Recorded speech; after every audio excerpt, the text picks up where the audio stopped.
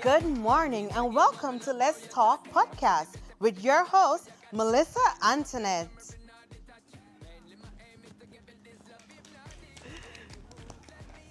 Good morning, everyone. I am so excited to be here. This is our very first podcast.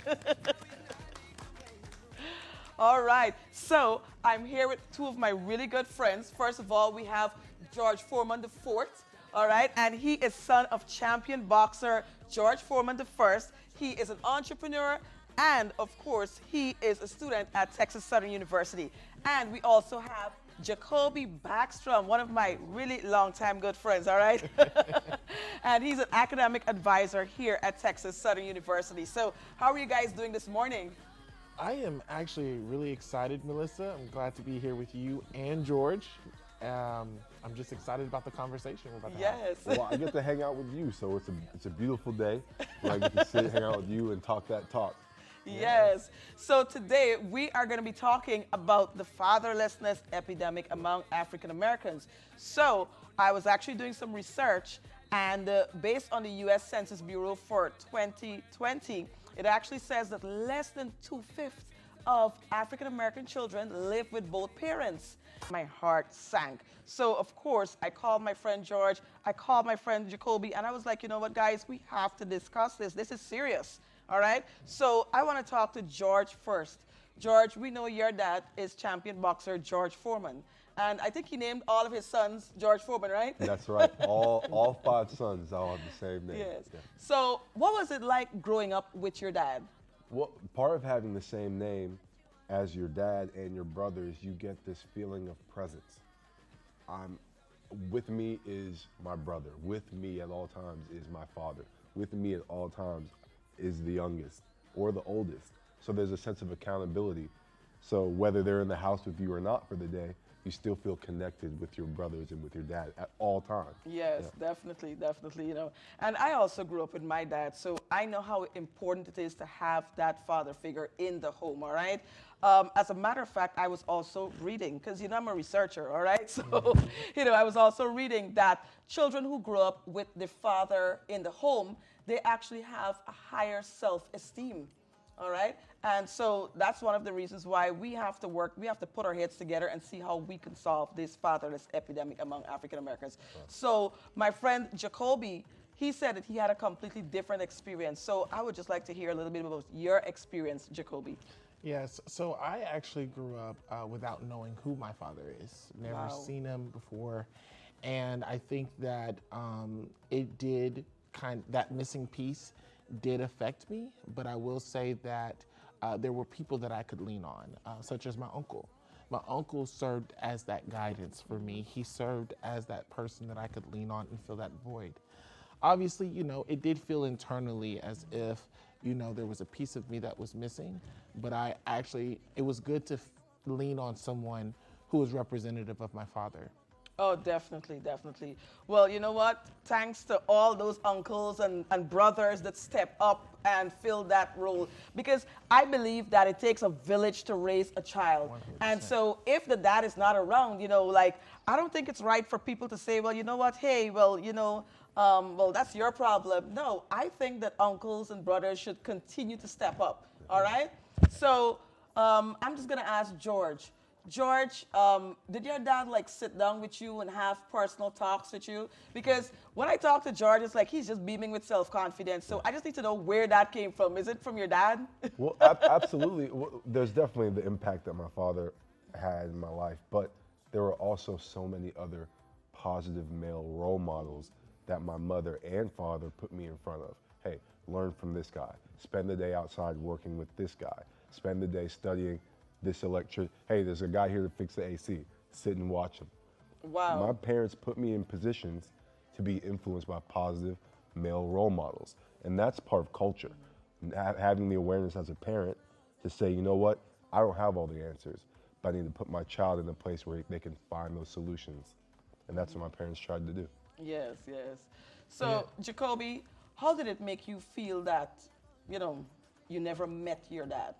Oh, it was definitely I didn't always entertain that feeling. I never gave that feeling much of attention sometimes. Maybe I was avoiding it because, I had my uncle, but I also I felt more of an attachment to male figures in my high school too as well. So in school, I was in theater, so I always would attach myself to like those male figures in high school, like my theater director or more so like my teachers or things of that nature.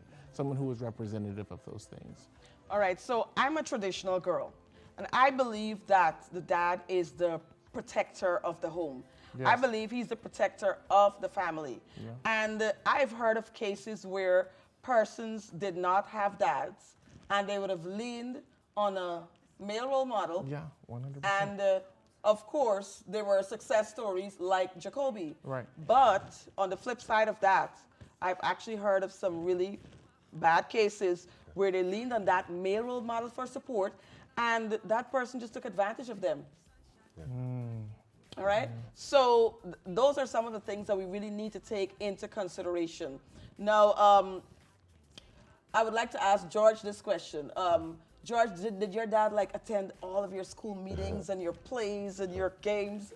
No, no. My dad obviously he suffered from a condition of celebrity, and if he showed up, I remember one time he came to my school, and I remember seeing his face through the door, and being like, "Oh no, I'm in trouble." But he was actually the school had invited him to show off his championship belt, so it was a distraction enough that my trouble was no longer an issue. But you see how that was definitely a chance to have an impact on my education, but instead all the direction turned to him. Yeah. And he recognized that early on. So he would let school be my safe place. Obviously my mom was holding me accountable. Yeah. When grades came in, he always knew. I'd get the call, what are you doing? He had a presence, but he knew to let me enjoy my individuality in school. Yes, yes. And I actually like that. While also respecting his rules. So Yes. individuality with oversight. Yes. He would tell me, you don't have to be the smartest, you don't have to be the fastest, you don't even have to be the best at math, but you better be the nicest, most respectful kid in school. Wow, that's That's awesome. what his command. Like, Yeah. if you want to fight, I'll put you in the ring. If you want to, whatever you want to do, I have a solution If for you want to fight, I'll put you in the ring. That's it. Yeah. But I want to put you in a place to be successful, and that means be respectful. Yes, yes, yes. I love that. So this question is for Jacoby. And let me just give you some background as to why I'm asking this question. So I had become a single parent a couple years ago. And so wherever I went, it would just be me and the two little girls. And I'm telling you, like, I don't know how my girls felt like when we turned up at school events and there were kids with both mom and dad. I don't know how they felt. They never told me how they felt. But I felt so bad. I felt like, oh my God, like everybody's in here, mother and father with child, and it's just, me as that single parent in here with these two girls. And it really made me feel like embarrassed. It made me feel ashamed. So I want to know how, and that's from, a single mom perspective. So how did you feel as a child when you would turn up at events and everybody's there with their biological dad? Oh, yeah, it was definitely like a part of me was missing. Like if I felt sometimes unsupported, that's why I always leaned on my grandmother to always be there for me. It just felt, it did feel like, I wasn't as supported without having that father figure there. My uncle always worked, so he wasn't able to make it sometimes. To attend every single meeting. He wasn't. Yeah. There were times where, I didn't have that presence when I would do those activities. But, I also just knew no matter how I felt, I had to keep going. I was doing something positive. I wasn't out in the streets.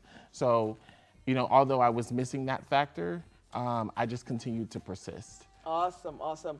So, George, this question is for you. Okay, so since you had your dad always in the picture, did it prevent you from getting into trouble? No. No, absolutely not. I think in part of being a young boy and becoming a young man is learning how close you can get to the burner Yeah. without getting Without burned. getting burnt. And having a dad, I'll tell you what, my dad raising me in church more than anything was a blessing because that prevented me from making particular mistakes because I knew there were certain things you can't come back from. So I had that mindfulness Yeah, instilled from my yeah. father about just conduct and behavior Yeah. and what people think of you when you are a certain type of person. That was more so what he would instill on me. But that didn't stop me from getting into trouble. I just had to learn the hard way sometimes. Okay. All right. Yeah. And I what didn't about have you? those- I didn't have that guidance. Like I didn't have that intentionality. As George has been like put in specific intentional spaces to learn, I've had to learn through life how to what to avoid. It didn't stop me from getting in trouble. I was in anger management as a young kid. Wow. I was acting out, you know. So I learned. Yeah, I was. And so, and where did that anger come from? You know, I honestly don't know. Sometimes it was just for attention. I believe that it was maybe that was an intentional thing. Maybe it didn't, you know, although my uncle was served as that representative of my father, he was always working. Yeah. So when I come home, you know, I didn't have that, you know, guidance all the time, intentionality. You know, I didn't have someone just on me or, you know, guiding me in that right direction. So Gentlemen, anyone of you can take this, or both of you can take this. Does it take a man to teach a man how to be a man? Or can a single woman, or I should say single mom, do it successfully, right? Teach a man to be a man successfully as how a man can do it. I want to hear what you think. I have my own opinion, but I want to hear what you think. he's putting me on the I spot. want you to go first. That's a tough one. Yeah. So I do think that it really requires a partnership between the mom and the father, right? I don't think that I think that a woman has that ability to raise that son and teach, but I also think that it is very important for that male figure to be in their life. And I do believe that with that partnership between both the mom and the father, that they can value add to that son and ensuring that they're in spaces to where he can grow to be who he needs to be. All right. society all wants him to right. Yeah. Well, that's a tough one. My mind went kind of philosophical, so I'll be a little more broad. But I know that the mothers have such an influence in what the sons become, and Really? what the mothers have a believe passion that. for, and an attraction to, and a focus on. The sons pay attention to that, and they will even model themselves so that way the mom is impressed by them based on what she likes, good or bad. Wow. That being said, but man-made, men, I think, are made by God. Men are not man-made. Men are God, made by God. So that being said, as long as a woman can make them, God can make a man of them. All right. But That's what I'm but- talking about. All But, right. but her behavior, her passions, her attractions will impact this young boy and determine what type of man he becomes. I believe that. I wouldn't cancel the mother out. Yeah. Okay. I wouldn't cancel her out. All right. So all right. I say it takes two, It but takes also two. It's that partnership. also it takes whatever God's going to take this individual and make him into for the world to see. A man can lead a nation, a woman too. A man can do incredible things. Yes. But you have to decide you want to be a man and have the impact of a man to actually take on that role. 100%. Yeah. So, if you were to sum up your life, Jacoby, up to this point, in let's say 1 minute, what would you say? Because what I didn't mention, even though I said that or introduced Jacoby as being an academic advisor at Texas Southern University, I did not say that he has a lot of degrees. Yeah. I did not list all of his accomplishments, and Yeah. he is pretty accomplished for such a young man. So, if you were to sum up your life, how would you describe yourself? Because you're literally the product of an environment that did not have a father figure. That is or I should 100% say, did not have a father. Yeah. Did not have a full-time father, because you did have your uncle, but of course, you know, he did his best, Yes. but he couldn't be there all the time like a dad, you know, Yes. a dad is usually there, right? So if you were to sum up your life, like how would you describe it? Because to me, you've literally transformed yourself. Yeah. You've had to make certain decisions. So Trailblazer, definitely in my family. I I haven't intentionally started a family yet because I want to provide a space for my wife, for my sons to prosper. That's why the sacrifices that I'm making, I want to ensure that my wife is goal oriented, that she's able to do whatever she wants to do, and my kids have the space to do that too. Yeah. It's about breaking those generational curses. Because I didn't have a father, that inspires me to be 100% there for them, 100% present for them. And I do believe that, again, that's why I intentionally want to be done with school. I want to be positioned the right way professionally, because I do believe that my kids deserve all of my attention. My wife deserves all of my attention, and that they should have the space to prosper and grow however they want to. All right, so I absolutely love that because life happens to all of us. And for George did grow up with both parents, but I'm sure life happened to you too. There must have been something in life that happened that may have brought you to crossroads where you had to decide, look, I'm going to go this direction or I'm going to go in that direction, right? So since life happens to all of us, what was the point for you, Jacoby, where you said, you know what, hey, I am not going to go down this road. I am not going to create another fatherless home. I am not going to be a statistic. I'm not going to fall by the wayside. Like, what was that moment for you?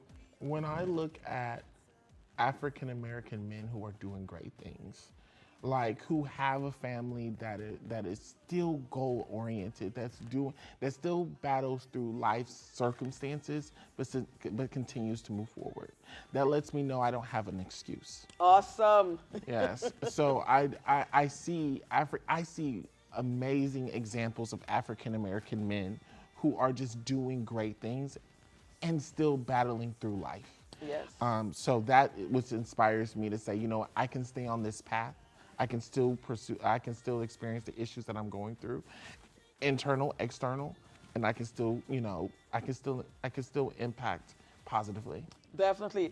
And so right now, I just want to take this opportunity to talk to all of the African American men who know, you're doing your best. I want to tell you, keep doing your best, because there's some little kid out there who doesn't have a dad and he is literally looking up to you, all right? Yeah. And you might be thinking, you know what, how can I make an impact? I just have my little job, and I really don't have time to mentor people. Maybe you want to mentor kids, but you just don't have the time for it. But I would say just keep doing your best, because some kid is looking at you and they're drawing inspiration from you, all right? So we're going to close off with George giving the final words today. Wow. All right. So, George, I want you to send a message to all the African American fathers, because you're obviously the product of a really great African American dad. I've had the privilege to interact a lot with George, and I think the first time I actually saw George, I didn't know who he was, but I said, this young man is so, he's so mannerly, and he's so well spoken, he's so humble, and so I was like, okay, well, maybe his granny is a preacher, or he probably grew up in church or something, right?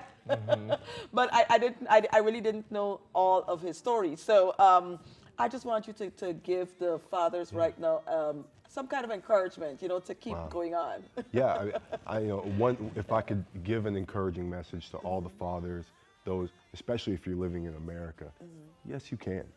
That's the message I would say. And we're speaking specifically to the African American dads, because this is where the problem lies. Yes, absolutely, you can. You can father, you can parent, you can be involved, you can play whatever role you want in your child's life.